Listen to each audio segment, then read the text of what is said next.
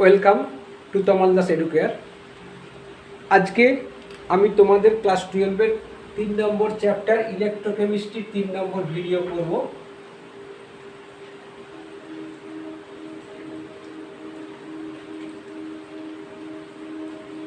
ভিডিওটা হচ্ছে তোমাদের তড়িৎ রাসায়নিক শ্রেণীর ওপর আজকে আলোচনা করব। তড়িৎ রাসায়নিক শ্রেণী, ইলেকট্রোকেমিক্যাল সিরিজ।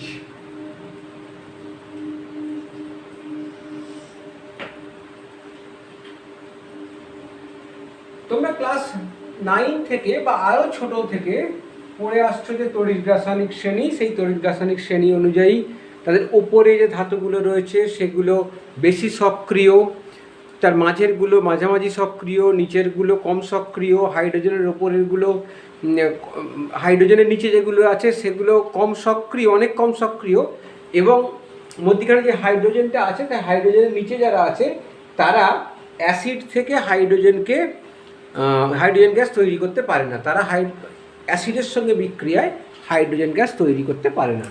যেমন H2SO4 প্লাস Cu, এখানে কোনো হাইড্রোজেন গ্যাস তৈরি হবে না, কোনোভাবেই হবে না। সেটা যদি গাঢ় সালফিউরিক অ্যাসিড, লঘু সালফিউরিক অ্যাসিড, যে সালফিউরিক অ্যাসিডে নেওয়া হোক না কেন, হবে না। অপরদিকে আমরা কিন্তু আয়রনের সঙ্গে স্টিমের বিক্রিয়ায় বা HCl এর বিক্রিয়া করলে FeCl2 প্লাস H2 তৈরি হবে। তাহলে এর কারণটা কি? সেটা হচ্ছে তড়িৎ রাসায়নিক শ্রেণী অনুযায়ী তাদের সক্রিয়তাটাকে তৈরি করা হয়েছে, দেখা হয়েছে একটা সিরিজ। তা সেই তড়িৎ রাসায়নিক শ্রেণীটা তৈরি হয়েছে, আমরা ইতিমধ্যে জেনেছি যে বিজারণ বিভব, যে কোনো একটা তড়িৎদ্বারের আমরা বিজারণ বিভবকে আমরা ব্যবহার করি। এটাই হচ্ছে ইন্টারন্যাশনাল কনভেনশন, আন্তর্জাতিক রীতি, যে কোনো একটা তড়িৎদ্বারের আমরা বিজারণ বিভবকে ব্যবহার করব। যেমন জিঙ্ক, প্র্যাকটিক্যালি Zn, এটা হচ্ছে এর যে তড়িৎ বিভব Zn2 প্লাস এর 1m যদি নিই, এটা দেখা যাবে -0.76 ভোল্ট আসছে এর মানটা। কিন্তু এটা প্রকৃতপক্ষে যদি আমি কপারের সঙ্গে কপারের যে বিজারণ বিভব 1m Cu, এর যে বিজারণ বিভব সেটা দেখা যাবে প্লাস 0.34 ভোল্ট।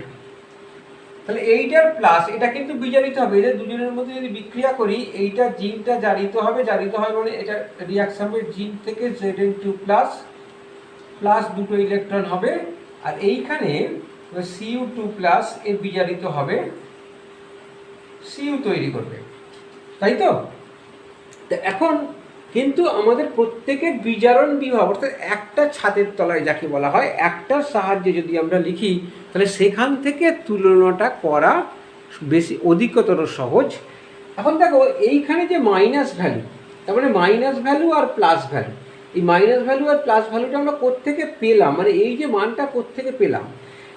আমি দেখো আগের ভিডিওতে বলেছি যে একটা রেফারেন্স ইলেকট্রোড দরকার এই তড়িৎদ্বার বিভবগুলো নির্ণয় করার জন্য।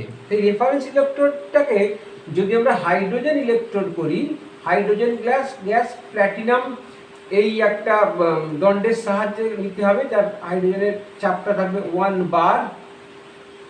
এর সংস্পর্শে, এই প্ল্যাটিনাম এর সংস্পর্শে একবার H2 গ্যাস থাকবে এবং সে H প্লাস মানে HCl থাকবে, তার যার গাঢ়ত্ব হচ্ছে 1m।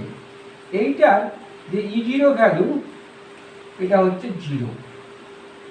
E0 ভ্যালু যদি 0 হয়, এখন এইটার সাপেক্ষে এর বিভবটা হচ্ছে -0.76, অবশ্যই বিজারণ বিভব, এবং এই তড়িৎদ্বারের বিজারণ বিভব হচ্ছে প্লাস 0.34 ভোল্ট। এখন আমরা আরেকটা জিনিস জেনেছি যে যে তড়িৎদ্বারটা জারণ হয় সেটা অ্যানোড হিসেবে কাজ করে। তবে এইটার সঙ্গে এইটা এবং এইটা পৃথক পৃথকভাবে এর সঙ্গে সংযুক্ত করা হলো। এখন তড়িৎ ইএমএফটা ধরো যে যেতে হবে, ওটা আমরা মাপবো কী করে? ভোল্টামিটারের সাহায্যে মাপবো। সেই ইএমএফ যে ভোল্টামিটারের সঙ্গে মাপবো, সেই ইএমএফটা তৈরি হচ্ছে কিনা সেটা পরিমাপ করতে হবে। ধরা যাক এই যে ইজি এটা জেডএনটাকে আমরা ক্যাথোড হিসেবে প্রথমে ব্যবহার করলাম। প্রথমে দেখা গেল হাইড্রোজেন এইটাকে একবার H প্লাস, এইটা অবশ্য এটা বিজারণ বিভব হিসেবে লিখতে হবে, এটা E0 যদি 0 আছে বলে কোনো সমস্যা তৈরি করছে না, প্র্যাকটিক্যালি এটা লেখার কথা 1m H2 PT 1 বার এইভাবে লিখতে হবে স্যার, ইকুয়াল টু 0। এটা 0 আছে বলে কোনো ভ্যালু চেঞ্জ হচ্ছে না, মাইনাস প্লাসের সেম জিনিস, এই জন্য ওটা হয়েছে, কিন্তু লিখতে হবে সবসময় বিজারণ বিভব এইভাবেই লিখতে হবে।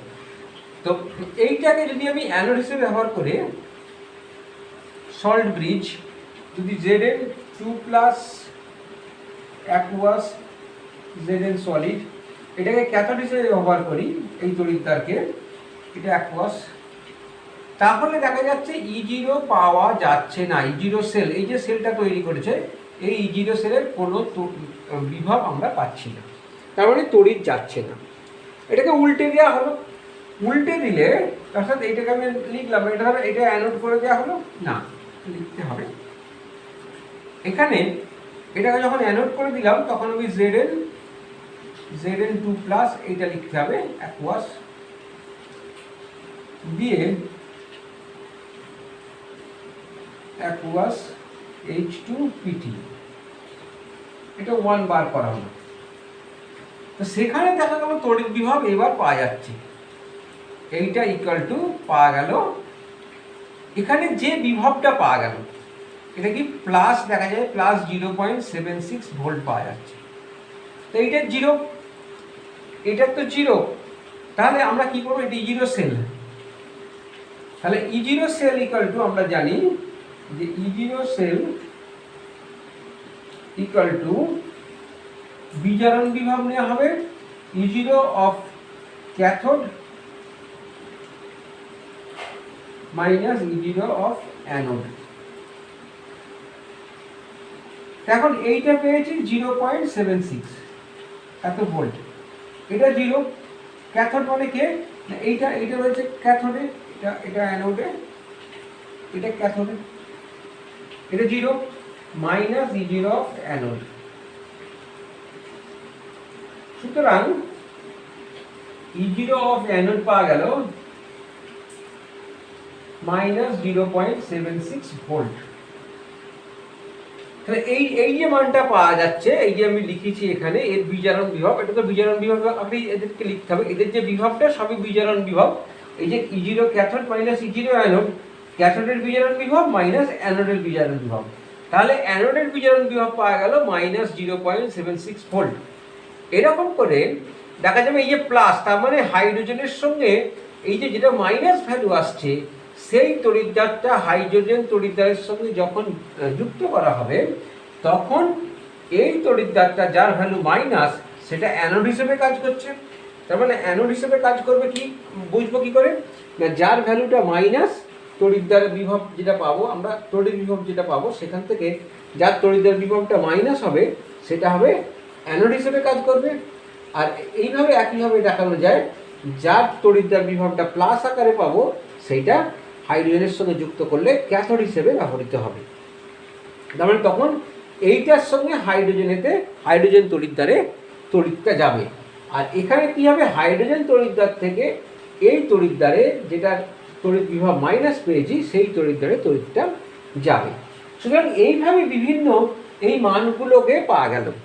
সেই মান অনুযায়ী দেখা যাচ্ছে কি, এটা দেখতে পাচ্ছ যে এইটা যদি হাইড্রোজেনের সঙ্গে যুক্ত করা হয় তাহলে এখানে তো জারণ ঘটবে, এটা অ্যানোড হিসেবে ব্যবহার করা হয়, তার মানে এখানে জারণ ঘটছে। সেই জারণ ঘটার তীব্রতা যত বেশি হবে তত এইটার মাইনাস ভ্যালুটা তত কম হবে, অর্থাৎ মাইনাসটাকে যদি অমিট করি, মাইনাসের পর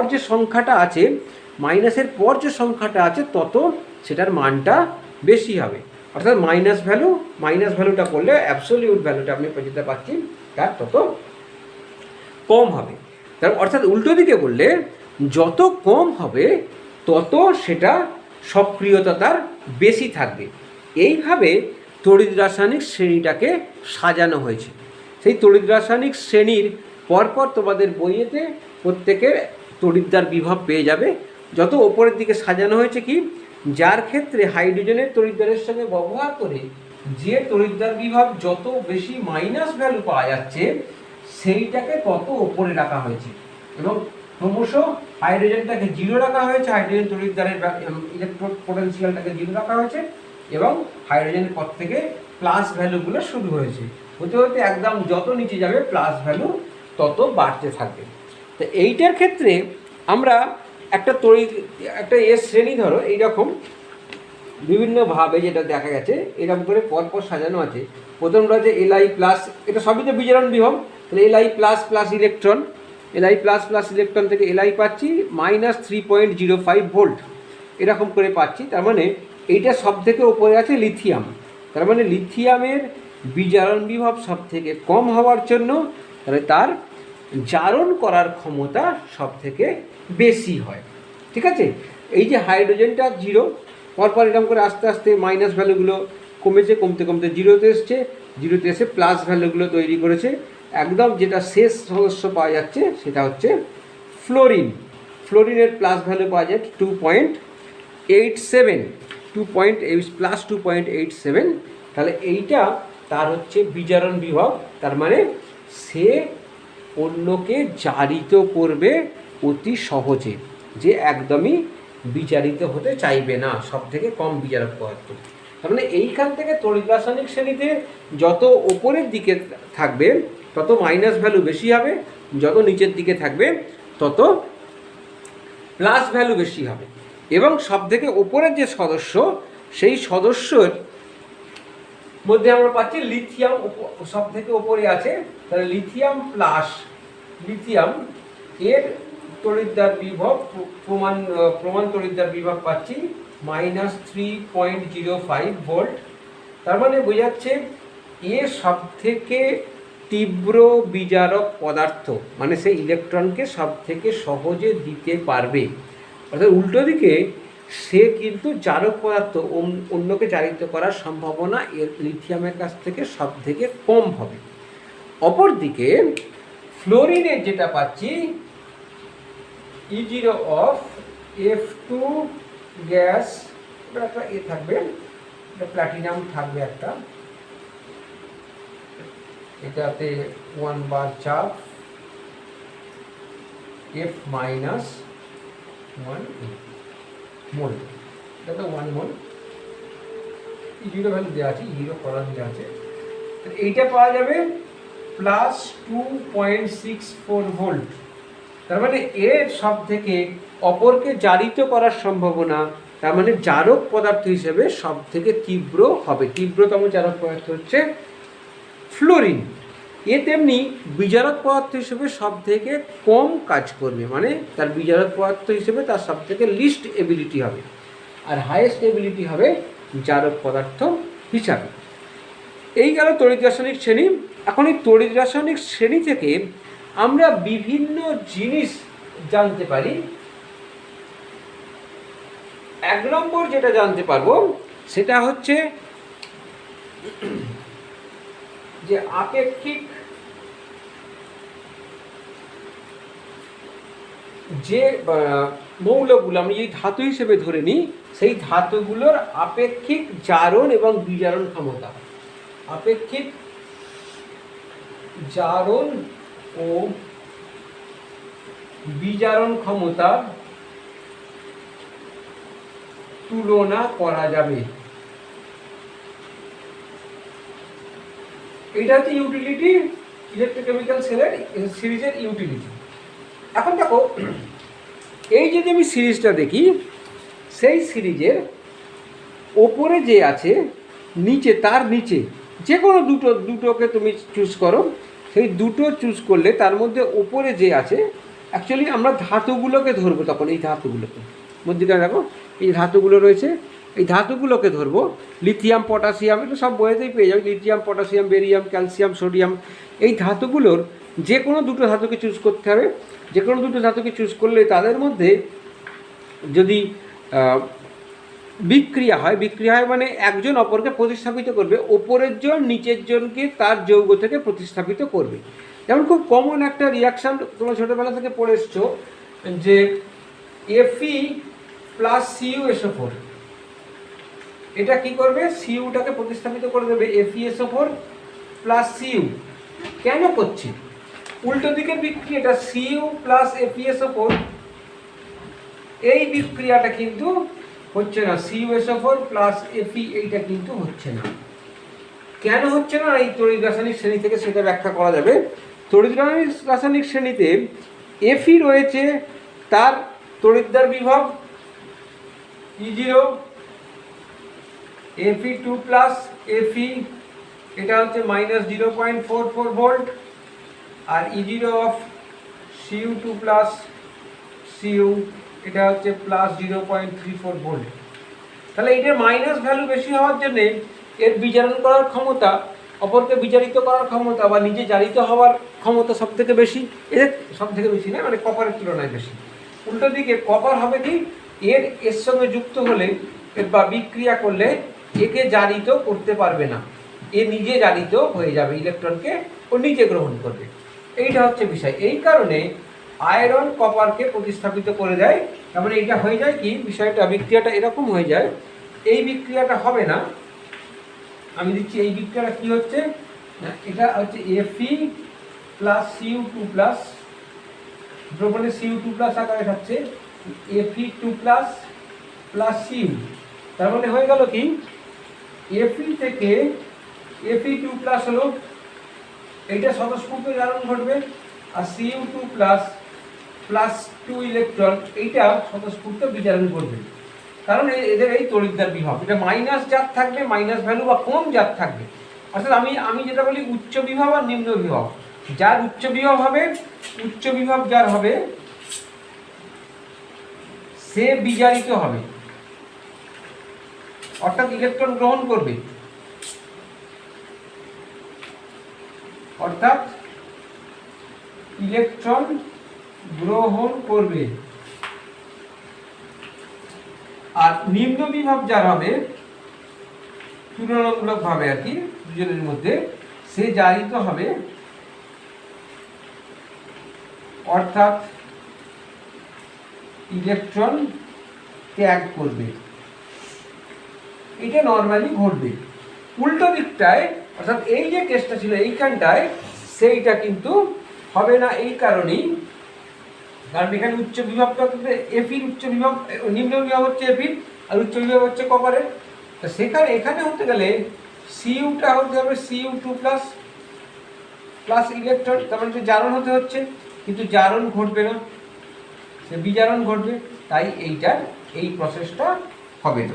তাই যে কোনো দুটো আমরা সদস্যকে যদি ইলেকট্রোকেমিক্যাল সিরিজে নিই, তাহলে ওপরের সদস্য নিচের সদস্যকে তার যৌগ থেকে প্রতিস্থাপিত করতে পারবে। অর্থাৎ অপরদিকে বলতে পারি যে উপরের জন নিচের জনকে বিজারিত করবে এবং ওপরের জন জারিত হবে।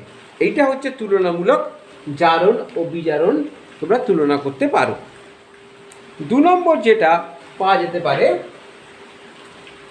যে এই যে ধাতুগুলো ওপর থেকে, এই যে তড়িৎ রাসায়নিক শ্রেণীতে পরপর যে ধাতুগুলো অবস্থান করছে, অর্থাৎ তাদের তড়িৎ বিভব অনুযায়ী, তড়িৎ বিভবের ক্রমবর্ধমান বিভব অনুযায়ী যে ধাতুগুলো অবস্থান করছে, মাইনাস থেকে ক্রমবর্ধমান আস্তে আস্তে ক্রমশ বাড়ছে, তাহলে এদের সক্রিয়তার ক্রম ওপর থেকে নিচের দিকে।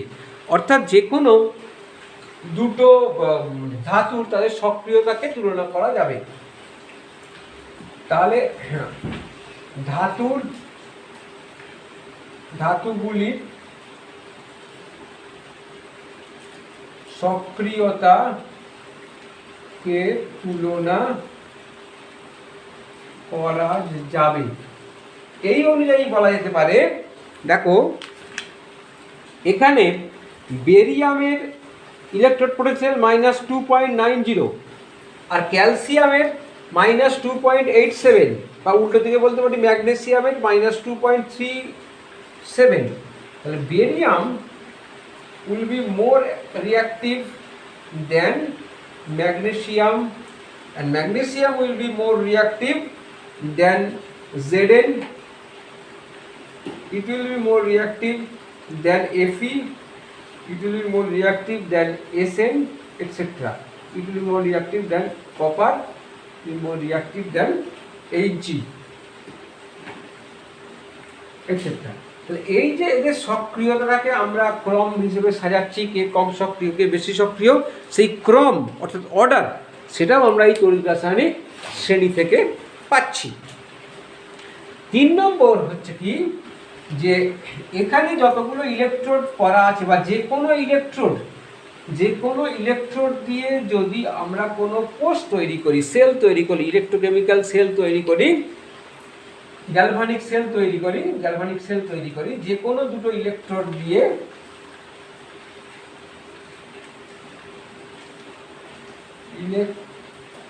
অর্থাৎ তড়িৎদ্বার দিয়ে যদি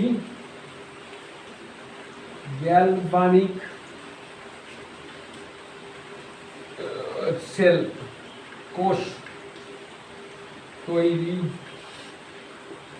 করা হয়, তবে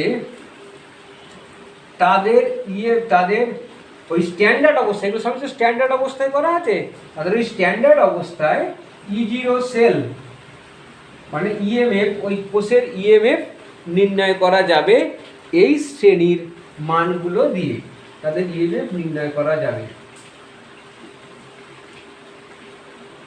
আমরা এর সঙ্গে এই যে 3 নম্বর আমরা ইউটিলিটিটা লিখলাম, সেগুলো দিয়ে কিছু আমরা প্রবলেম আমরা দেখি, সেটা সলভ করব। আমরা এবার এই ইএমএফ তৈরি করা দেখি বিভিন্ন সেল, একটা উদাহরণ আমরা দেখি বিভিন্ন সেল দিয়ে করা যাবে, সেটা আমরা বাড়িতে প্র্যাকটিস করবে। আমি এখানে একটা দেখি, আছে যে Zn plus 2 Zn plus 2Ag plus Zn2 plus 2Ag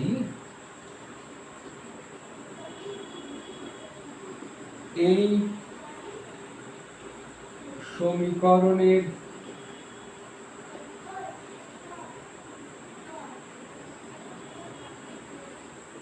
E0 cell নির্ণয় করো, যেখানে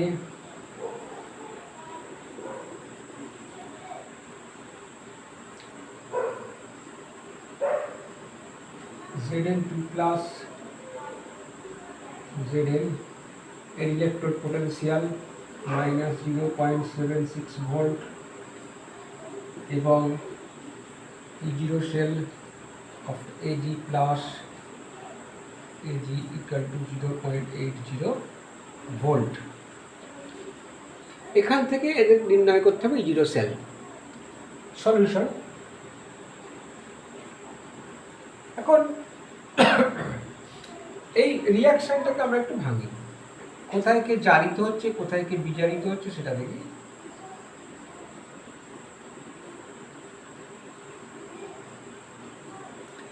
এখানে জারণ Zn থেকে Zn2 প্লাস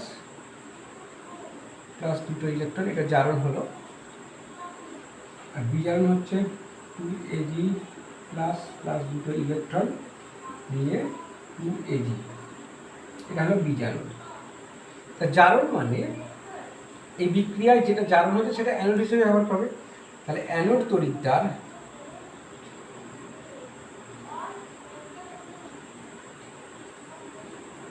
কি পাচ্ছি E0, অ্যানোড তড়িৎদ্বার হচ্ছে Zn2 প্লাস Zn, আর ক্যাথোড তড়িৎদ্বার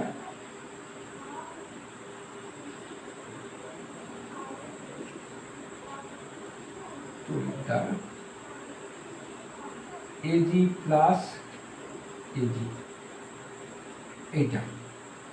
তাহলে অতএব E0 cell is equal to, এটা অ্যানোড এটা cathode, E0 of anode E0 of cathode minus E0 of anode. E0 cathode, এর ভ্যালু দিয়েছি 0.80 volt, minus 0.80 volt plus 0.76 volt is equal to 1.56 volt. তাহলে এই বিক্রিয়া দিয়ে যে তড়িৎ কোষ তৈরি হবে তার ইএমএফ আমরা পাবো 1.56 ভোল্ট। ঠিক আছে,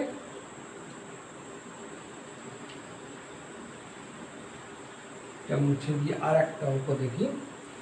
এই ধরনেরই অঙ্ক, প্রবলেমগুলো এরকম থাকবে। আমাদের স্ট্যান্ডার্ড ইলেকট্রন পোটেনশিয়ালগুলো দিয়ে দেখবে, 0 মানে হচ্ছে স্ট্যান্ডার্ড ইলেকট্রন পোটেনশিয়াল। শুধু দেখে নিতে হবে সেটা তোমাদের যেটা দেয়া আছে সেইটা জারণ অবস্থায় দেওয়া আছে না বিজারণ অবস্থায় দেওয়া থাকে আছে। যদি জারণ অবস্থায় দেওয়া থাকে তোমরা তাহলে সেটা বিজারিত অবস্থায় কনভার্ট করে নিতে হবে। আচ্ছা, মনে করো একটা সেল তৈরি করা হয়েছে, যে একটা কপার রডকে 1 CuSO4 এর মধ্যে ডুবিয়ে দেওয়া হলো, দিয়ে আর একটা নিকেল রডকেও ডুবিয়ে দেওয়া হয়েছে নিকেল সালফেটের মধ্যে। তাহলে সেটার ক্যালকুলেট করতে হবে স্ট্যান্ডার্ড একটা। আচ্ছা, এটা বলি নাম্বার 2,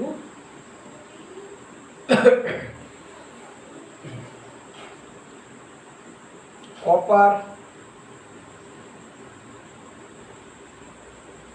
একটি কপার দণ্ডকে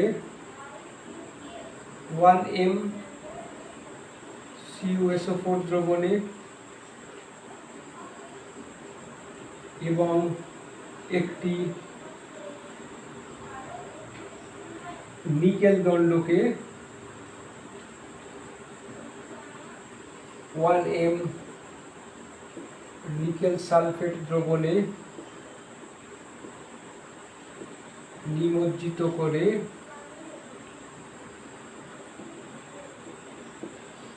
তাদের লবণ সেতু দিয়ে যুক্ত করা হলো। এই তড়িৎ কোষের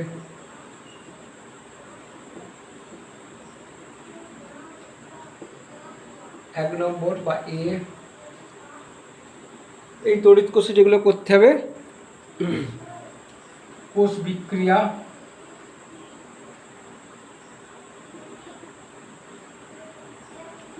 বি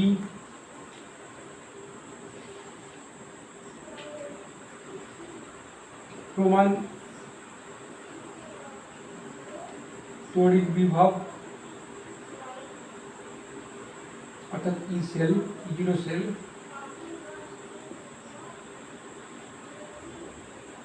সি ধনাত্মক তড়িৎদ্বার,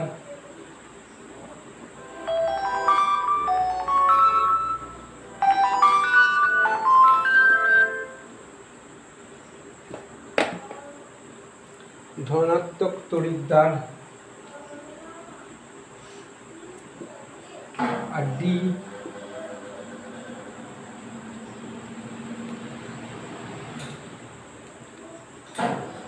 কোষের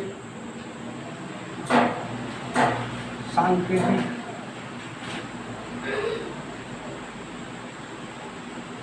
প্রকাশ, এইগুলোকে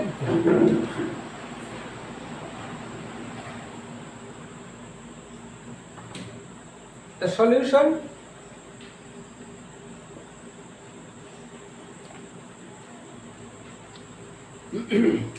এখন এখানে আচ্ছা আরেকটা দিতে হবে কি, এখানে স্ট্যান্ডার্ড এটা দেওয়া হয়নি, প্রমাণ বিজারণ বিভব E0 of Cu2 প্লাস। আচ্ছা, এখানে এটা যদি দেওয়া হয় Cu2 plus is equal to minus 0.734 volt এবং E0 of A9 Ni2 plus equal to Ni2 plus is equal to plus 0.25 volt. Solution, প্রথমে যে সেলটা তৈরি হবে তার মধ্যে কে অ্যানোড হিসেবে কাজ করবে কে ক্যাথোড হিসেবে কাজ করবে আগে দেখে নেওয়াটা আমাদের দরকার। তার আগে কী করব না, আগে এদের যে স্ট্যান্ডার্ড ইলেকট্রোড পোটেনশিয়ালটা দিয়েছে সেটা জারণ অবস্থায় বিভব দিয়েছে না বিজারণ অবস্থায় বিভব দিয়েছে সেটা আগে দেখে নেব। তা দেখো এখানে এই যে Cu থেকে Cu2 প্লাস হয়েছে, তারপরে এটা জারিত হচ্ছে Cu থেকে Cu2 প্লাস প্লাস 2 ইলেকট্রন, তাহলে জারিত হচ্ছে। তাহলে জারিত অবস্থার বিভব দেওয়া আছে, তাহলে বিজারিত অবস্থার বিভব কী হবে, সাইনটা খালি চেঞ্জ হয়ে যাবে, ভ্যালুটা আগে থাকবে। এখানেও তাই, নিকেল থেকে নিকেল 2 প্লাস দিয়েছে প্লাস 2 ইলেকট্রন, এখানেও তাই জারিত অবস্থার বিভব দেওয়া আছে, তাহলে সাইনটাকে চেঞ্জ করে দিলেই বিজারিত অবস্থার বিভব হয়ে যাবে। তারপরে আমাদের উচ্চ বিভব মাইনাস নিম্ন বিভব, যেটা উচ্চ বিভব সেটাকে করবো আমরা ক্যাথোড, যেটা নিম্ন বিভব হবে সেটা হবে অ্যানোড। প্রথম কথা হচ্ছে যে তড়িৎদ্বার দুটির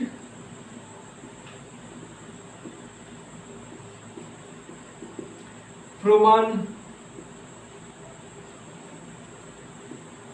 বিজারণ বিভব হলো E0 Cu2 plus Cu equal to plus 0.34 volt এবং E0 Ni2 plus Ni equal to minus 0.25 volt. তাহলে এর মধ্যে উচ্চ বিভব কোনটা, এটা হলো উচ্চ বিভব, তাহলে এটা হচ্ছে নিম্ন বিভব। তাহলে অতএব সংশ্লিষ্ট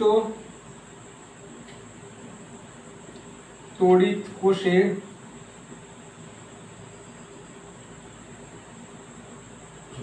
ক্যাথোড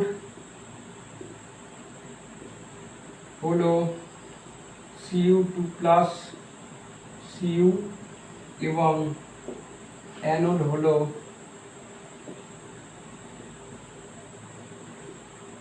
Ni2 প্লাস Ni।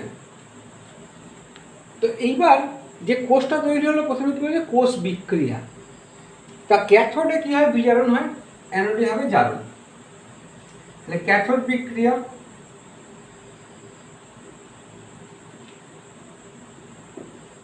কি পাচ্ছি, Cu2 প্লাস প্লাস 2 ইলেকট্রন থেকে Cu, এটা বিজারণ।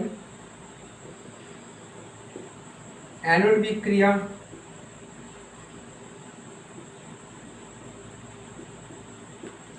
এটা Ni থেকে Ni2 প্লাস প্লাস 2 ইলেকট্রন, এটা জারণ। এবার আমি যদি যোগ করে দিই তাহলে ইলেকট্রনগুলো কেটে যাবে, তাহলে Ni প্লাস Cu2 প্লাস চিহ্ন Ni2 প্লাস প্লাস Cu, এইটা হলো কোষ বিক্রিয়া।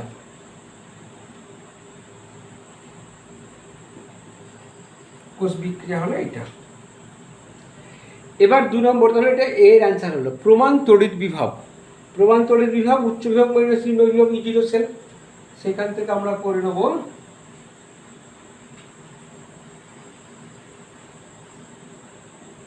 তাহলে E0 সেল, বি এর অ্যান্সার বেরোচ্ছে, এটা এর অ্যান্সার বেরোলো, equal to E0 of cathode minus E0 of anode. ক্যাথোডের E0, এটা হচ্ছে ক্যাথোড হচ্ছে কপার, তাহলে যেটা পাচ্ছি 0.34 ভোল্ট মাইনাস অ্যানোডের E0 মাইনাস, এটা ছিল না, এটা minus 25, 0.25 volt equal to 0.34 volt plus 0.25 volt equal to 0.59 volt. ঠিক আছে, এইটা হলো প্রমাণ তড়িৎ বিভব। ধনাত্মক তড়িৎদ্বার আমি তো দেখলাম ক্যাথোডটাই এখানে ধনাত্মক, যেখানে বিজারিত হয়, সি ধনাত্মক তড়িৎদ্বার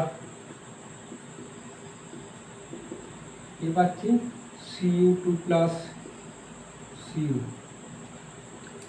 আর কোষের সাংকেতিক প্রকাশ,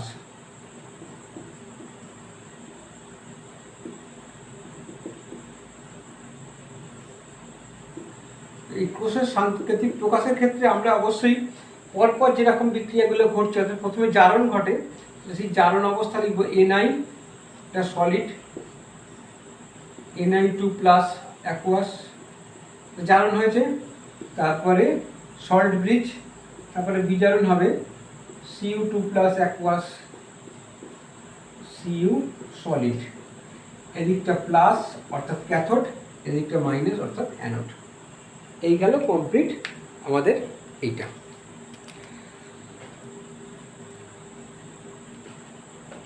তাহলে এইরকম করে সমস্ত সেলের ইএমএফ আমরা এগুলো সেলের যদি প্রমাণ তড়িৎদ্বার বিভবটা দিয়ে দেয় ইলেকট্রোডগুলো, তাহলে আমরা যে সেই কোষের আমরা বিক্রিয়াও লিখতে পারবো, সেই কোষের কোনটা ক্যাথোড কোনটা অ্যানোড তৈরি হবে সেটা লিখতে পারবো, সেই কোষের E0 সেল আমরা লিখতে পারবো। এবার আর যেগুলো আমরা জানতে পারি এই তড়িৎ রাসায়নিক শ্রেণী থেকে, সেটা হচ্ছে যে কোনো একটা মেটাল, কোনো একটা ধাতু, কোনো ধাতু অ্যাসিড থেকে লঘু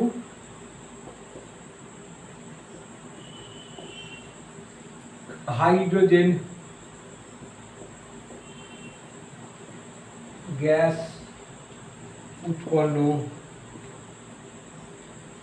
করতে পারবে কিনা,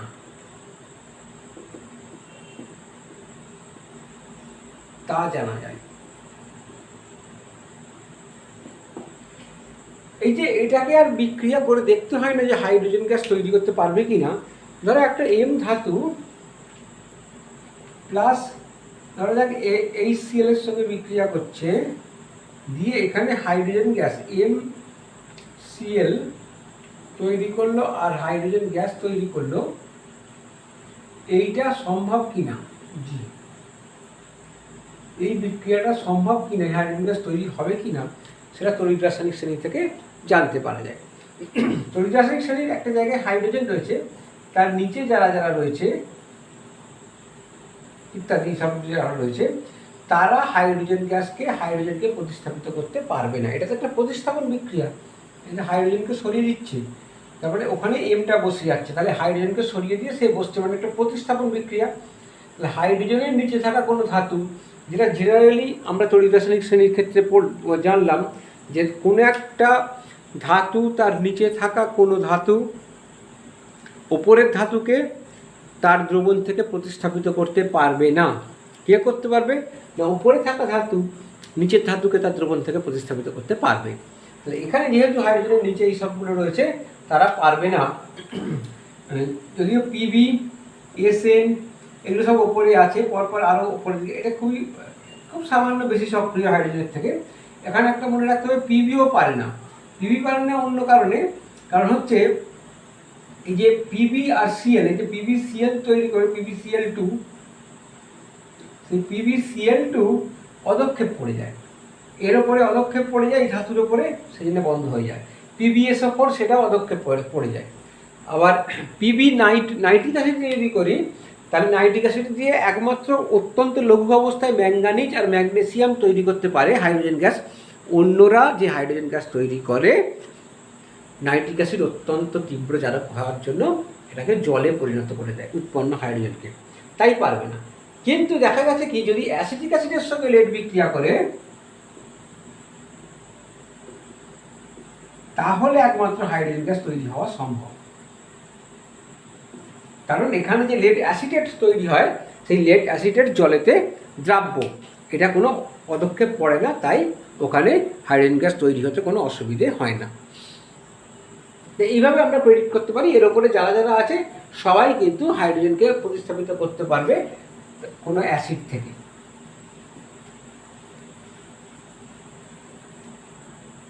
আর হচ্ছে যে কোনো একটা রেডক্স রিয়াকশন, 5 নম্বর, কোনো একটা রেডক্স রিয়াকশন অর্থাৎ জারণ বিজারণ রিয়াকশন,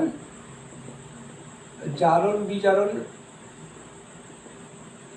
রেডক্স,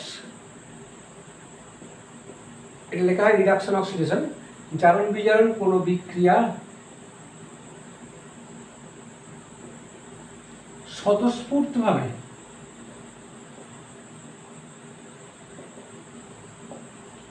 ঘটবে কিনা তা এই শ্রেণী থেকে জানা যায়। কিরকম না, এই শ্রেণীর উপরে থাকা কোনো ধাতুকে যদি জারিত হতে দেয়া হয় কোনো কোষের মধ্যে বা কোনো বিক্রিয়ায়, এবং নিচে থাকা কোনো ধাতু যদি বিজারিত হতে দেয়া হয়, তাহলে সেই বিক্রিয়াটা কিন্তু ঘটবে। আর যদি উল্টোটা ঘটে, অর্থাৎ উপরে থাকা ধাতুকে বিজারিত হতে দিচ্ছি কোনো বিক্রিয়ায়, নিচে থাকা ধাতুকে কোনো জারিত হতে দিচ্ছি, তাহলে সেই বিক্রিয়াটা ঘটবে না। যেমন ধরো Fe plus CuSO4, FeSO4 plus Cu, এখানে জারণকার হলো Fe থেকে Fe2 প্লাস প্লাস দুটো ইলেকট্রন, এটা হচ্ছে জারণ।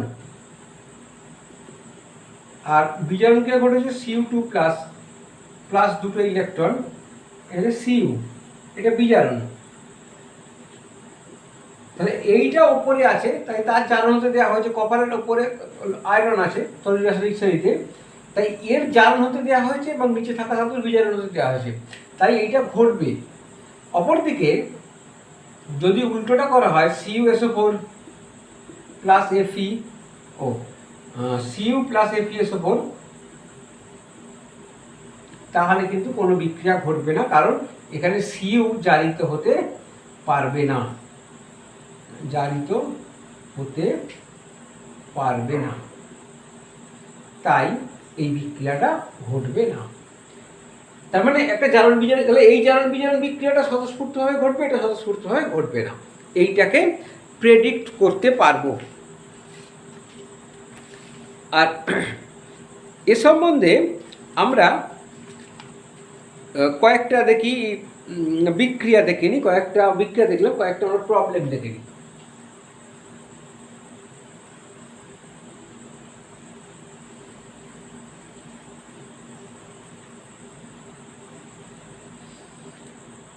এরকম যেগুলো বললাম যে ধর্মগুলো, তার উপর ভিত্তি করে প্রবলেম দেখে নিই। মনে করো একটা দ্রবণে, 3 নম্বর অঙ্ক, একটা দ্রবণে I মাইনাস আয়ন আছে, HI হতে পারে, KI হতে পারে, আর Br মাইনাস আয়ন আছে। সেই দ্রবণে আয়োডিন আর ব্রোমিনকে প্রবেশ করানো হলো। আয়োডিন যোগ করা হলো, ব্রোমিন যোগ করা হলো। আয়োডিন তো কঠিন পদার্থ, ব্রোমিন তরল পদার্থ, তাদেরকে যোগ করা হলো। তাহলে ওদের কনসেন্ট্রেশনটা যদি 1m হয়, তাহলে ওদের কি বিক্রিয়াটা ঘটবে ওখানে। অর্থাৎ একটি দ্রবণের I মাইনাস 1m, দ্রবণে I মাইনাস এবং Br মাইনাস আয়ন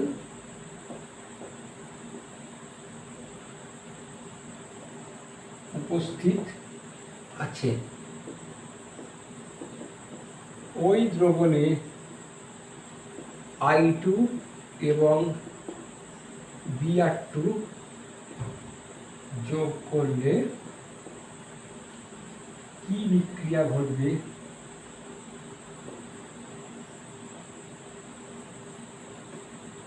এখানে E0 of I2 I minus equals to E0 of এর মানটা হচ্ছে 0.54 ভোল্ট এবং E0 of Br2 Br minus এটা হচ্ছে 1.08 ভোল্ট। এখন দেখা যাচ্ছে কি দুটোই বিজারণ বিভব দেওয়া আছে। দেখো এখানেও ইলেকট্রন গৃহীত হয়ে মাইনাস হয়েছে, এখানেও ইলেকট্রন গৃহীত হয়ে মাইনাস হয়েছে, ফলে দুটোই বিজারণ বিভব দেওয়া আছে। এখন বিজারণ বিভব যেখানে দেওয়া থাকবে সেগুলোর মধ্যে আমরা তুলনা করে কি পাই না, যার বিজারণ বিভবটা উচ্চ তাকে আমরা মানে বেশি, তাকে আমরা ক্যাথোড হিসেবে ভাববো। ক্যাথোড হিসেবে ভাববো মানে সেটা উচ্চ বিভব, সেটা ক্যাথোড হিসেবে ভাববো। আর যার বিজারণ বিভবটা কম তাকে আমরা অ্যানোড হিসেবে ভাববো। ক্যাথোডে কী হবে, ক্যাথোডে বিজারণ হবে। অ্যানোডে কী হবে, অ্যানোডে জারণ হবে। অর্থাৎ তার মানে এখানে বিক্রিয়াগুলোর মধ্যে তোমার সেল তৈরি করার দরকার নেই, বলতে হবে যে যেহেতু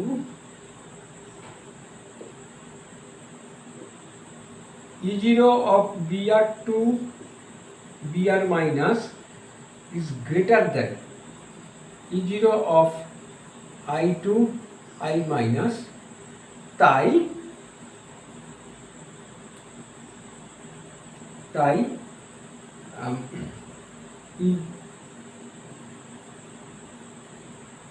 Br2 Br minus সিস্টেম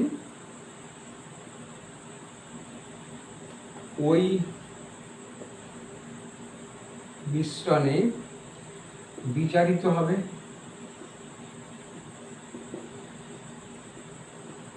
এবং I2 I মাইনাস সিস্টেম ওই মিশ্রণে জারিত হবে। সুতরাং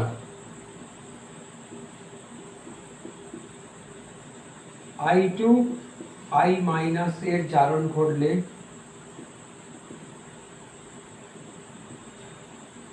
কি হবে, ইলেকট্রনকে জারণ মানে কি, ইলেকট্রন ত্যাগ করবে। ইলেকট্রন ত্যাগ মানে কি, I minus 2I minus I2 plus 2 electron, এটা ঘটবে।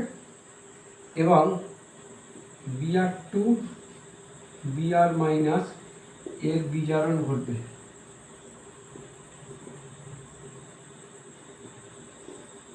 এখানটা বিজারণ ঘটলে কি হবে, Br2 প্লাস দুটো ইলেকট্রন থেকে 2 Br মাইনাস।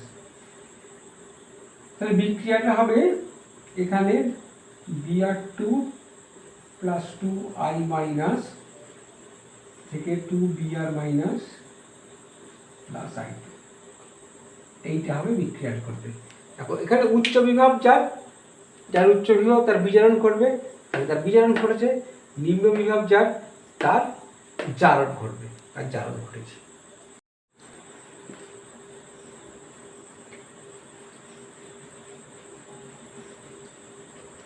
এবার আর একটা অঙ্ক এই ধরনের করাই, সেটা হচ্ছে এরকম যে 1 মোল কপার এক মোলার দ্রবণ কপার সালফেটের নিকেল মেটালের কোনো ভেসেলে রাখা যাবে কি না। 4 নম্বর 1M CuSO4 দ্রবণকে কোনো নিকেলের তৈরি পাত্রে রাখা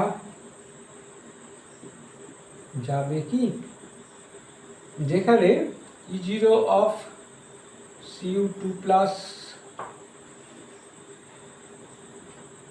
Cu equal to 0.34 ভোল্ট এবং E0 of Ni2 plus Ni equal to 0.25, 0. most probably plus 0.25 volt.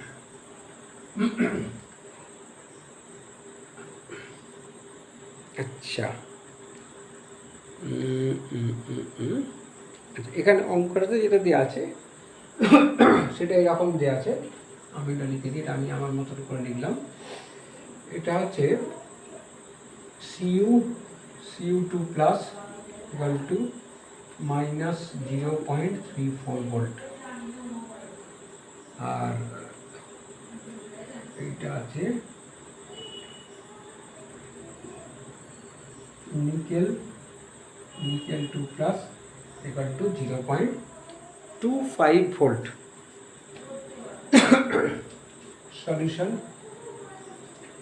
এদের প্রথমে স্ট্যান্ডার্ড এটা দেখো জারণ বিভব দেওয়া আছে, সিইউ থেকে সিইউ 2 প্লাস হচ্ছে ইলেকট্রন বর্জন করেছে, এনআই থেকে এনআই 2 প্লাস হচ্ছে ইলেকট্রন বর্জন করেছে, তাই এখানে এটা জারণ অবস্থায় দেওয়া আছে জারণ বিভব।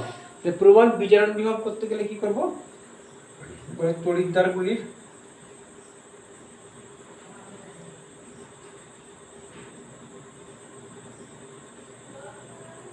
প্রমাণ বিজারণ বিভব হলো E0 Cu2 plus Cu equal to plus 0.34 volt এবং E0 of Ni2 plus Ni equal to minus 0.25 volt. এখন এখানে দেখতে পাচ্ছি উচ্চ বিভব হচ্ছে কপার তড়িৎদ্বার, নিম্ন বিভব হচ্ছে নিকেল তড়িৎদ্বার। তা উচ্চ বিভব যেখানে সেখানে বিজারণ হবে স্বতঃস্ফূর্ত বিক্রিয়ায়, আর নিকেল যে তড়িৎদ্বার সেখানে জারণ ঘটবে স্বতঃস্ফূর্ত বিক্রিয়ায়। অর্থাৎ নিকেলটা জারিত হতে চাইছে। তাই এখানে কপার সালফেট দ্রবণকে অর্থাৎ বলতে পারি নিকেল পাত্রে রাখা যাবে কিনা, অর্থাৎ এই বিক্রিয়াটা ঘটবে কিনা, nickel plus CuSO4 equal to NiSO4 plus Cu, এটা ঘটবে কিনা, কারণ এখানে Niটা জারিত হচ্ছে 2 প্লাস আর Cuটা বিজারিত হচ্ছে।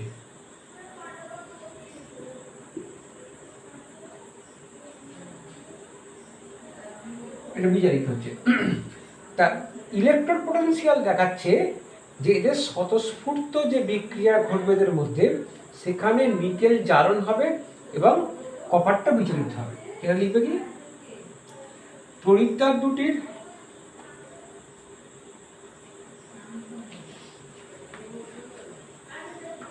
প্রমাণ বিজারণ বিভব থেকে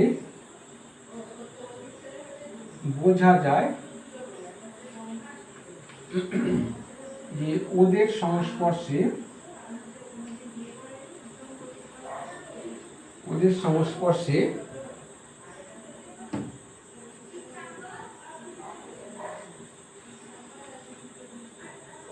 Cu2 প্লাস এর বিজারণ ঘটবে এবং Ni এর জারণ ঘটবে।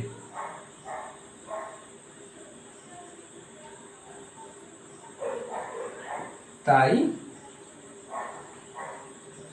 নিকেল পাত্রে উপরোক্ত বিক্রিয়াটি ঘটবে,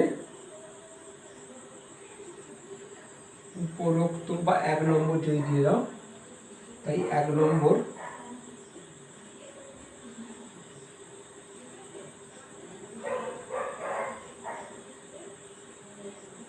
ঘটবে, ফলে নিকেল পাত্রে CuSO4 দ্রবণ রাখা যাবে না।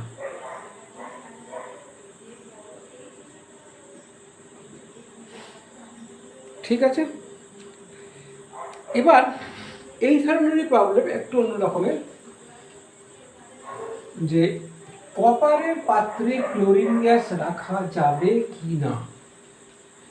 যদি না রাখা যায় তাহলে কোন ধরনের পাত্রে ক্লোরিন গ্যাসকে রাখতে হবে। কপার পাত্রে ক্লোরিন গ্যাসকে রাখা যাবে কি না। 5 Cu পাত্রে Cl2 গ্যাস রাখা যাবে কি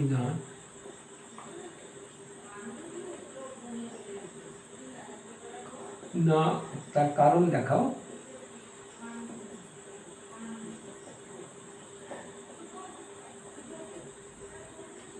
এবং কোন ধরনের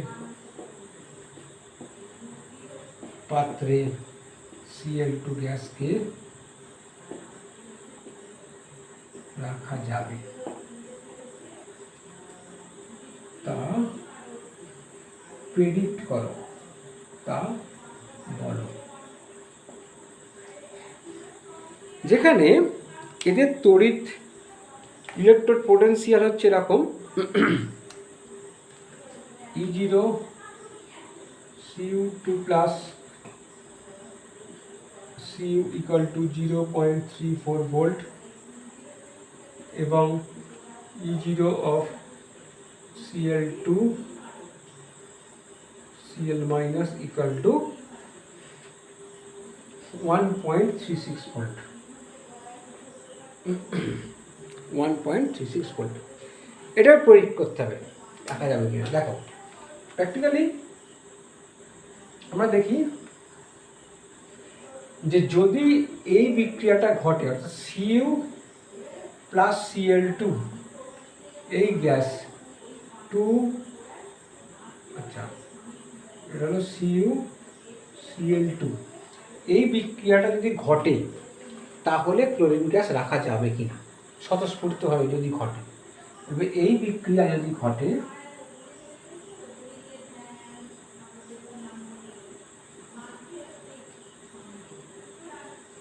তবে Cl2 গ্যাসকে Cu পাত্রে রাখা যাবে না। এখন এই বিক্রিয়া ঘটবে কিনা দেখবো, সেটা এই বিক্রিয়াটা ঘটবে কিনা। আচ্ছা দেখো এই বিক্রিয়ায় কি হচ্ছে, Cu থেকে Cu2 প্লাস হয়েছে অর্থাৎ জারণ হয়েছে, আর Cl2 প্লাস দুটো ইলেকট্রন নিয়ে 2Cl মাইনাস এটা বিজারণ হয়েছে। তাহলে এবার তড়িৎদ্বার এদের যে ইলেকট্রন পোটেনশিয়াল সেটা বলছে এদের জারণ, এদের সংস্পর্শে কপারের জারণ আর ক্লোরিনের বিজারণ হবে কিনা সেটা আমরা দেখব। দেখো E0 value Cu2 plus Cu equal to 0.34 volt is less than E0 value Cl2 Cl minus 1.36 volt। এখন আমরা জেনেছি যে যার উচ্চ বিভব সেখানে বিজারণ হয়, ওদের সংস্পর্শে স্বতঃস্ফূর্ত ক্ষেত্রে উচ্চ বিভবে বিজারণ হবে আর নিম্ন বিভবে জারণ ঘটবে। তো এখানে তাহলে এদের প্রমাণ বিজারণ বিভব দেখাচ্ছে, প্রমাণ বিজারণ বিভব থেকে পাওয়া যায় Cu ও Cl2 এর সংস্পর্শে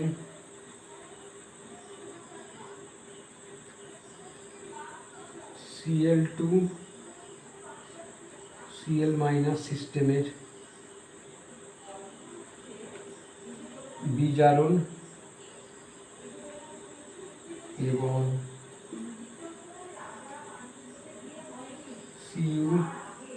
Cu2 প্লাস সিস্টেমের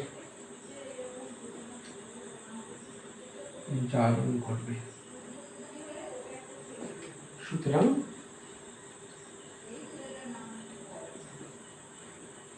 ওই পাত্রে Cl2 গ্যাস রাখা যাবে না। তাহলে কোন ধরনের পাত্রে রাখা যাবে, পরবর্তী বিক্রিয়াটা যে কোন ধরনের পাত্রে ক্লোরিন গ্যাসকে রাখা যাবে। তাহলে এমন কোনো পাত্র যার বিজারণ বিভব ক্লোরিনের থেকে বেশি, সেরকম কোনো পাত্রে ক্লোরিন এই সিস্টেমের থেকে যার বিজারণ বিভব বেশি অর্থাৎ সে বিজারিত হবে, তাহলে তার বিজারিত হবে, এটা জারণ হবে। তাহলে ক্লোরিন জারিত হয়ে এটা তো আর ইলেকট্রন Cl প্লাস তো কোনো অস্তিত্ব নেই, তাই সে জারণ হতে পারবে না। সুতরাং এমন কোনো পাত্র বা এমন কোনো যদি অবস্থা তৈরি করা যায় যেখানে এর যে বিজারণ বিভব তার থেকে তার বিজারণ বিভবটা বেশি, সেক্ষেত্রে সেখানে ক্লোরিন গ্যাসকে রাখা যাবে।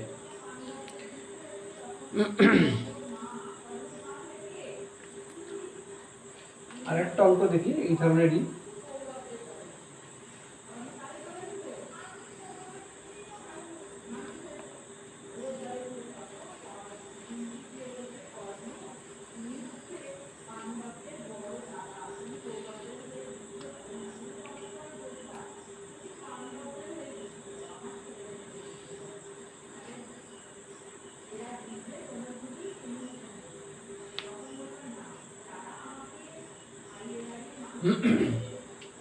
প্রমাণ অঙ্কটা হচ্ছে প্রমাণ বিজারণ বিভাগের তথ্য থেকে, ডাটা থেকে আর কি, প্রমাণ বিজারণ বিভাগের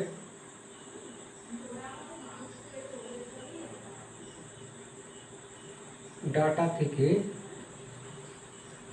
প্রেডিক্ট করো, ভবিষ্যৎবাণী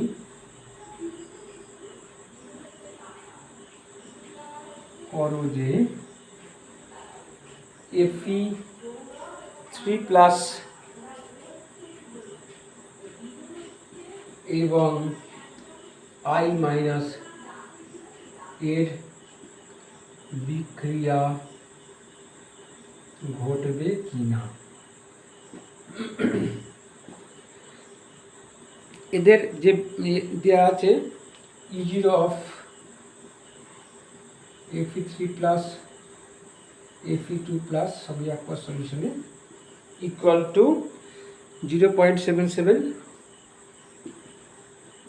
ভোল্ট এবং E0 of I2 I- equal to 0.54 volt. তাহলে দেখতে হবে যে এদের বিক্রিয়া ঘটবে না। অর্থাৎ এখানে কি বিক্রিয়া ঘটা মানে এখানে কি বিক্রিয়া, যেটা ভবিষ্যৎবাণী করতে বলেছে Fe3+ আর I-। Fe3+টা তার মানে এ তো আয়রনের হচ্ছে তোমার 3 জারণ সংখ্যাটাই সর্বোচ্চ এখানে, তো এটা স্বাভাবিক অবস্থায় স্বতঃস্ফূর্তভাবে তাহলে Fe3+ থেকে Fe2+ যাবে কিনা, আর অ্যাট এ টাইম অর্থাৎ সে ইলেকট্রন গ্রহণ করবে আর I- ইলেকট্রন ত্যাগ করে আয়োডিনে পরিণত হবে। অর্থাৎ সংশ্লিষ্ট বিক্রিয়া হচ্ছে Fe3+ plus I- Fe2+ plus I2 এইটা ঘটবে। এখানে যেটা হতে হবে I2 2, এটা হতে হবে। এখন এখানে কি হচ্ছে, এটা হলে জারণ Fe3+ থেকে Fe2+ প্লাস ইলেকট্রন একটা গ্রহণ করতে হবে, তাহলে দুটো Fe হলো, দুটো ইলেকট্রন গ্রহণ করতে হবে, আর 2I- প্লাস দুটো ইলেকট্রনকে এখানে দুটো ইলেকট্রন ত্যাগ করতে হবে। একটু লেখাটা আমার ভুল হয়ে গেল, ইলেকট্রন গ্রহণ করতে হবে বলছি, এটা সেটাই ঠিক, আমি লেখার সময় ভুল লিখে ফেললাম। Fe3+ প্লাস দুটো ইলেকট্রন Fe2+ ইলেকট্রন গ্রহণ করতে হবে, আর I2I- এ ইলেকট্রন ত্যাগ করবে। এইটা ঘটবে কিনা, এখন এটা ঘটা মানে কি, এইখানের ক্ষেত্রে এইটা ঘটছে বিজারণ, এইটা হচ্ছে জারণ। তাহলে এদের আমরা স্ট্যান্ডার্ড ইলেকট্রন পোটেনশিয়াল থেকে দেখি কার বিজারণ হবে কার জারণ হবে।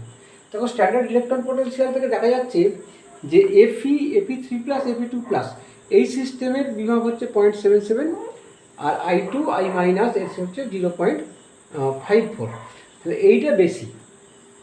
তাহলে E0 অফ Fe3+ Fe2+ এটা greater than E0 of I2 I- এটা বেশি হওয়ার জন্য তাই এইখানে এই তড়িৎদ্বারে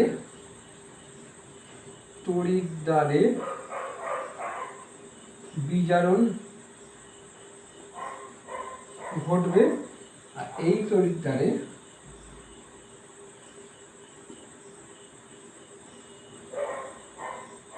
জারণ ঘটবে। সুতরাং সংশ্লিষ্ট বিক্রিয়াটি এখানে ঘটবে।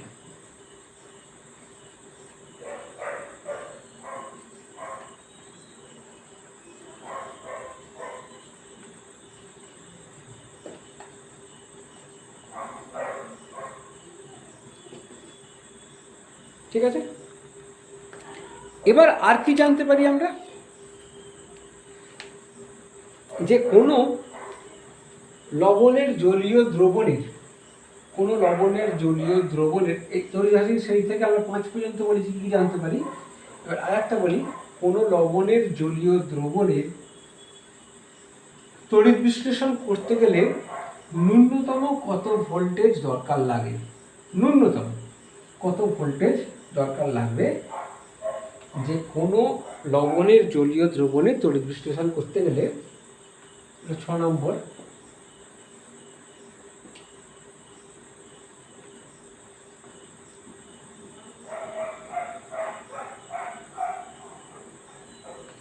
করতে গেলে ন্যূনতম কত বিভব প্রভেদ প্রয়োজন, এটা জানতে পারা যায়, তা জানা যায়। যেমন এই বিষয়ে একটা অঙ্ক করাই, যে একটা, এটা হবে 7 নম্বর প্রবলেম, যে 1m CuSO4 দ্রবণের তড়িৎ বিশ্লেষণে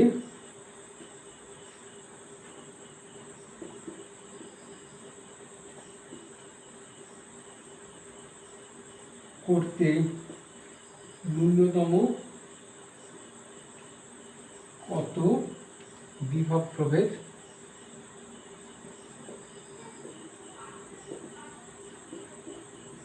প্রয়োজন। কি কি দেওয়া আছে, E0 of Cu2 plus Cu equal to 0.34 volt আর E0 of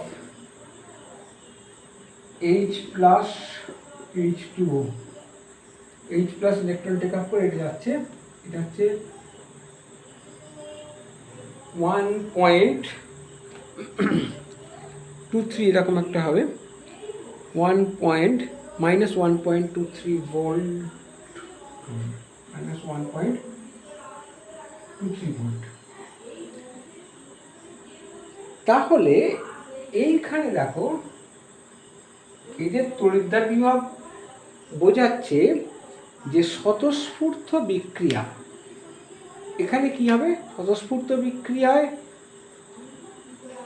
যদি CuSO4 আমি একটা দ্রবণটা রাখি, সেখানে যদি আমি একটা মানে অ্যানোড ক্যাথোড যোগ করি, আমি যদি আগে তড়িৎ রাসায়নিক কোষ অর্থাৎ গ্যালভানিক সেলের পরিপ্রেক্ষিতে ভাবি, তাহলে তার যে স্বতঃস্ফূর্ত বিক্রিয়াটা কি করবে, স্বতঃস্ফূর্ত বিক্রিয়ায় এখানে অ্যানোড হিসেবে কাজ করবে, অ্যানোড হবে কে, অ্যানোড হবে এইটা, এর বিভব প্রয়োগ কম, তাহলে অ্যানোড বিক্রিয়া স্বতঃস্ফূর্ত বিক্রিয়ায়, এখন মনে রাখতে হবে তড়িৎ বিশ্লেষণটা কিন্তু স্বতঃস্ফূর্ত বিক্রিয়া নয়, আমি এখানে স্বতঃস্ফূর্ত বিক্রিয়ায় দেখব যত হচ্ছে বিভব প্রভেদটা তৈরি হবে, সেই ন্যূনতম যদি সেইটা দিই তাহলে বিভব প্রভেদটা 0 হয়ে যাবে। তখন সে উল্টো বিক্রিয়াটা তারপরে আর সামান্য বাড়ালে উল্টো বিক্রিয়াটা শুরু করবে, অর্থাৎ তড়িৎ বিশ্লেষণ তখন হবে। তবে সবসময় মনে রাখতে হবে যে তড়িৎ বিশ্লেষণটা কিন্তু অস্বতঃস্ফূর্ত বিক্রিয়া, সেখানে শক্তি পাঠিয়ে আমরা ওদেরকে বিশ্লেষিত করি, সেটাই তড়িৎ বিশ্লেষণ। তাহলে এখানে স্বতঃস্ফূর্ত বিক্রিয়ার জন্য কত ভোল্টেজ তৈরি হচ্ছে আগে দেখি, সেইটা দেখে আমরা প্রেডিক্ট করতে পারবো তার কত লাগবে। তাহলে এখানে অ্যানোড বিক্রিয়ায় এটাও কি হচ্ছে, অ্যানোড বিক্রিয়া মানে তো এইটা, সেই ইলেকট্রন ছাড়বে H2O 2H plus plus half O2 plus দুটো ইলেকট্রন দিয়ে এটা যেহেতু জারণ বিভাগ, এটা যেহেতু বিজারণ বিভাগ দিয়েছিল কিন্তু এটা জারণ হচ্ছে, তাহলে এখানে হবে E0, ঠিক আছে ওটা তো বুঝলাম আমি, E0 reduction equal two -1.23 volt. আচ্ছা, ক্যাথোড বিক্রিয়া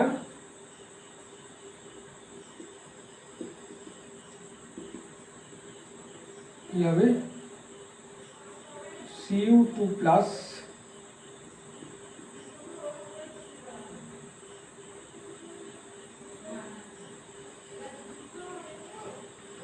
Cu তৈরি করবে, সেখানে E0 অফ অক্সিডেশন, একটা রিডাকশনে লিখি, is equal two plus 0.34 volt.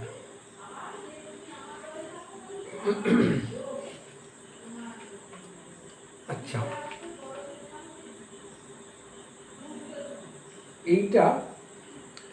এইটা যেটা দিয়েছে এটা লেখাটা, হ্যাঁ এইটা আমার বলছে এটা ওরা দিয়েছিল যেটা অঙ্কটা, সেটা হচ্ছে মাইনাস দিয়েছিল, সেটা হচ্ছে অক্সিডেশন পোটেনশিয়ালটা দিয়েছিল, আমাদের রিডাকশন হিসাবে লিখেছি, তাহলে এইটা মাইনাস, এটা রিডাকশনটা মাইনাস হবে, এটা ডাটাটা খুলতে আছে, এইটা হচ্ছে রিডাকশন পোটেনশিয়াল এইটা। তাহলে আমার তো একটুখানি ডাটা অনুযায়ী আমার লেখাটা একটু ভুল হয়ে গেল, তো সেক্ষেত্রে এটা অ্যানোড বিক্রিয়া পুরোটাই অসুবিধার জায়গায় চলে গেছে ডাটাটার জন্য। এটা ছিল এখানে, দেখো তাহলে এখানে এইটার উচ্চ বিভব, এটা নিম্ন বিভব, তাহলে উচ্চ বিভবে তোমার এটা হবে ক্যাথোড হিসেবে কাজ করবে, নিম্ন বিভবটা অ্যানোড হিসেবে কাজ করবে। তাহলে এখানে স্বতঃস্ফূর্ত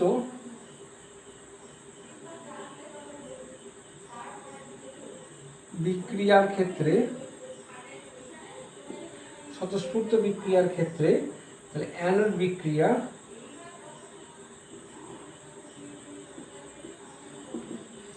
সেটা কি হবে না, ইলেকট্রন ছাড়বে, E0 reduction equal to 0.34 volt. আর ক্যাথোড বিক্রিয়া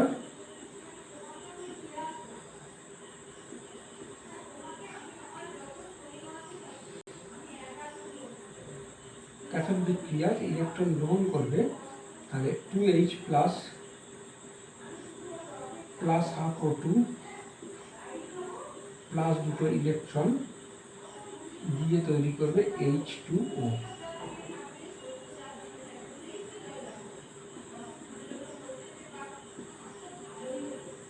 তাহলে এই বিক্রিয়ায় যে E0 cell equals to E0 cathode minus E0 anode. E0 cathode 1.23 volt minus 0.34 volt is equal to 9 8। এইটা হচ্ছে স্বতঃস্ফূর্ত বিক্রিয়ায় এই বিভব প্রভেদটা আমরা পাবো। তা সেখানে কি হচ্ছে না, কপার থেকে কপার আয়ন তৈরি হচ্ছে, কিন্তু যখন তড়িৎ বিশ্লেষণ করা হবে তখন কপার আয়ন থেকে কপার তৈরি করতে হবে, অর্থাৎ উল্টো প্রসেস। তার মানে তাহলে এই যে ধরো সেলটা তৈরি ছিল,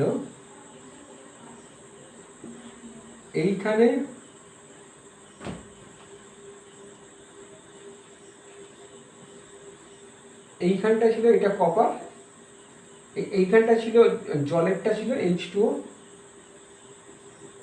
H প্লাস, তাহলে এইখান থেকে এইটা ছিল প্লাস তড়িৎদ্বার অর্থাৎ ক্যাথোড, এখানে মাইনাস তড়িৎদ্বার অ্যানোড, তাহলে এদিক থেকে এদিকে তড়িৎ প্রবাহটা হচ্ছিল, কিন্তু আমি ঘটাতে এসেছি উল্টোটা।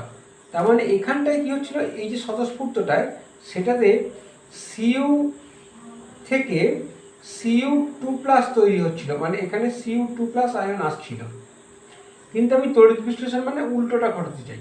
তখন তাহলে আমি কী করতে হবে, এই প্লাসের দিকে আমাকে আর একটা বাইরে থেকে একটা ব্যাটারি যুক্ত করতে হবে, সেই ব্যাটারিটা এটা প্লাস এটা এইদিকে থাকবে, একটা এক্সটার্নাল একটা সোর্স যোগ করতে হবে, যে এক্সটার্নাল সোর্সটায় এটাকে অপোজ করবে, অর্থাৎ এই দিক থেকে যে তড়িৎ প্রবাহটা যাচ্ছিল তাকে অপোজ করে দেবে এই দিকটায় একটা করে। সেটা আমি লাল কালি দিয়ে দেখাই, গ্রিন কালি দিয়ে একটা আলাদা দিয়ে, এইটা মাইনাস, এটা প্লাস, এটা মাইনাস, এই দিকে থাকবে, মাইনাসটা থাকবে এই দিকে, ঠিক আছে, এটা যুক্ত থাকবে। তাহলে এখন এইখানে যদি এই এক্সটার্নাল যে আমি সোর্সটা ব্যবহার করছি তার যদি ন্যূনতম যদি এইটা থাকে তখন তড়িৎ প্রবাহটা বন্ধ হয়ে যাবে, তখনই তড়িৎ প্রবাহটা বন্ধ হয়ে যাবে। তো সেইটাকে আমি ন্যূনতম বিভব প্রভেদ বলতে চাইছি, যে কারণ তড়িৎ বিশ্লেষণের ক্ষেত্রে তার বিভব প্রভেদটা এক্সটার্নাল বিভব প্রভেদের সাহায্যে করা হয়, তার তড়িৎ বিশ্লেষণটা। এটা স্বতঃস্ফূর্ত বিক্রিয়ার ক্ষেত্রে এই পরিমাণ বিভব প্রভেদ তৈরি করছে, তাহলে এইটাকে উল্টে দিতে হবে, বিক্রিয়াটা অস্বতঃস্ফূর্ত বিক্রিয়া করতে হবে বাইরে থেকে শক্তি দিয়ে। সেই কারণে আমি যদি এক্সটার্নাল কোনো সোর্স থেকে এই পরিমাণ বিভব প্রভেদ দিই তাহলে জাস্ট এদের বিক্রিয়াটা, এদের মধ্যে যে বিক্রিয়াটা হচ্ছিল এই যে বিক্রিয়াটা সেটা বন্ধ হয়ে যাবে। তার থেকে সামান্য যদি এর থেকে যদি বাড়াই এক্সটার্নাল বিভব প্রভেদ তাহলে তড়িৎ বিশ্লেষণটা হবে। ওই জন্যে ন্যূনতম, অতএব ন্যূনতম বিভব প্রভেদ 0.89 ভোল্ট কোনো বহি উৎস থেকে সরবরাহ করতে হবে, এইটা। আর একটা শেষকালে বলবো 7 নম্বর, যেটা 7 নম্বর যে আমরা বুঝতে পারি যে আমরা অক্সাইড, এই যে বিভিন্ন যে অক্সাইড হচ্ছে সেই অক্সাইডগুলোর কোনগুলোর তাপীয় বিয়োজন ঘটবে, কোনটা তাপীয় বিয়োজন ঘটবে না, সেইটা আমরা প্রেডিক্ট করতে পারি তাদের এই তড়িৎদ্বার বিভব থেকে। যেমন মনে করো BaO 7 নম্বর অক্সাইডের, ধাতব অক্সাইড বলি, অক্সাইড গুলির তাপীয় বিয়োজন হবে কিনা তা জানা যায়। যেমন এই ধরো BaO, MgO, তার সঙ্গে Ag2O, AgO, এদের তাপীয়, এদের তাপ দিই কোনটার তাপীয় বিয়োজন হবে। এখন দেখা গেছে কি BA, এই যে সিস্টেম BA2 প্লাস BA বা Mg2 প্লাস Mg, এই সিস্টেমের E0 ভ্যালুগুলো ঋণাত্মক এবং তাদের মানগুলো অনেকটাই বেশি, প্রায় -2 এরকম একটা হবে, 2 যেটা তড়িৎ রাসায়নিক শ্রেণী থেকে বলা যেতে পারে। তড়িৎ রাসায়নিক শ্রেণী থেকে এটা হচ্ছে 2.90 ভোল্ট, এখানটায় হচ্ছে এমজিটা হচ্ছে তোমার -2.37 ভোল্ট। অপরদিকে এজির ক্ষেত্রে যেটা পাবো এটা 0.80 ভোল্ট, এইচজির ক্ষেত্রে যেটা পাবো এটা হচ্ছে 0.86 ভোল্ট। তাহলে এখন যেহেতু এইগুলোর ক্ষেত্রে এদের বিজারণ বিভবটা অনেকটাই কম, তাই তারা জারিত অবস্থায় থাকতে চাইবে, অর্থাৎ তারা সহজেই অপরকে ইলেকট্রন দিয়ে অক্সিজেনের সঙ্গে তীব্র বন্ধন তৈরি করবে যাতে তাদের তাপীয় বিয়োজনটা হবে না। কিন্তু এজিটিও এদের ক্ষেত্রে তাপীয় বিয়োজনটা হয়ে যাবে, কারণ এরা যেহেতু এদের ইলেকট্রন পোটেনশিয়ালটা বিজারণ রিডাকশন ইলেকট্রন পোটেনশিয়াল সেটা যেহেতু ধনাত্মক, তাই এরা বিজারণ মানে অপরকে জারিত করবে, নিজে বিজারিত অবস্থায় থাকতে চাইবে। তাই সেখান থেকে এদেরকে উত্তপ্ত করলে সহজেই অক্সিজেন গ্যাস বেরিয়ে আসতে পারবে, যেগুলো এদের ক্ষেত্রে সম্ভব নয়। এই পর্যন্ত আমরা তড়িৎ রাসায়নিক শ্রেণীর বিষয়গুলো নিয়ে আলোচনা করলাম। ঠিক আছে, গুড বাই। এইগুলো তোমরা ভালো করে পড়বে, এগুলোকে তোমাদের নোট করতে হবে। এর পরবর্তী ভিডিও দেবো নার্সড ইকুয়েশন, অর্থাৎ যদি 1m যদি কনসেন্ট্রেশন না থাকে তড়িৎ বিশিষ্ট পদার্থর, তাহলে আমরা তড়িৎ বিভব কী করে পাবো, ইলেকট্রন পোটেনশিয়াল কীভাবে পাবো, সেটা নিয়ে পরের ভিডিওটা হবে।